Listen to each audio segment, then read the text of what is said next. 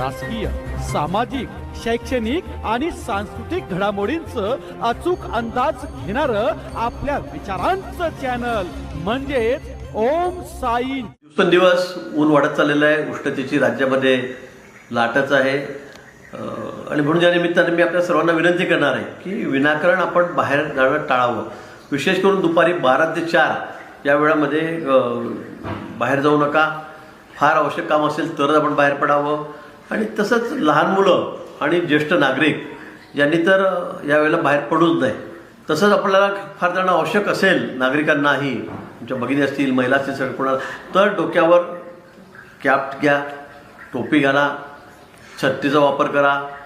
आमच्या नागरिकांनी सगळ्यांनी रुमाल बांधला डोक्यावर तरी काही हरकत नाही, पण बिना रुमालाने, बिना छत्रीने, उघड्या डोक्याने अतिशय म्हणजे बाहेर पडणं धोक्याचं आहे आणि म्हणून ते टाळावं। जास्तीत जास्त पाणी प्या दिवसभरामध्ये।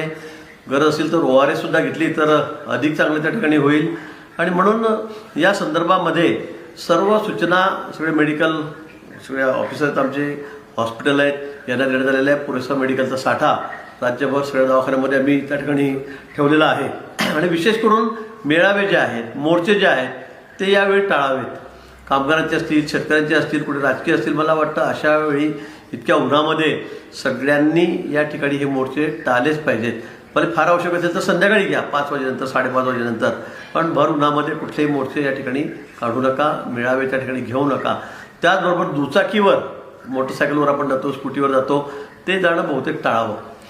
आवश्यक आहे तर कोणते चेहऱ्याला कव्हर केल्याशिवाय, गॉगल लावल्याशिवाय त्या ठिकाणी बाहेर पडू नये किंवा जाऊ नये, अशी आपल्या सगळ्यांना या ठिकाणी विनंती आहे। उष्णतेची लाट मला वाटतं अजून 3-4 दिवसामध्ये येण्याची शक्यता हवामान खात्याने वर्तवलेली आहे। त्यामुळे आपण सगळ्यांनी ही काळजी घ्यावी, आपल्या सर्वांना या ठिकाणी विनंती।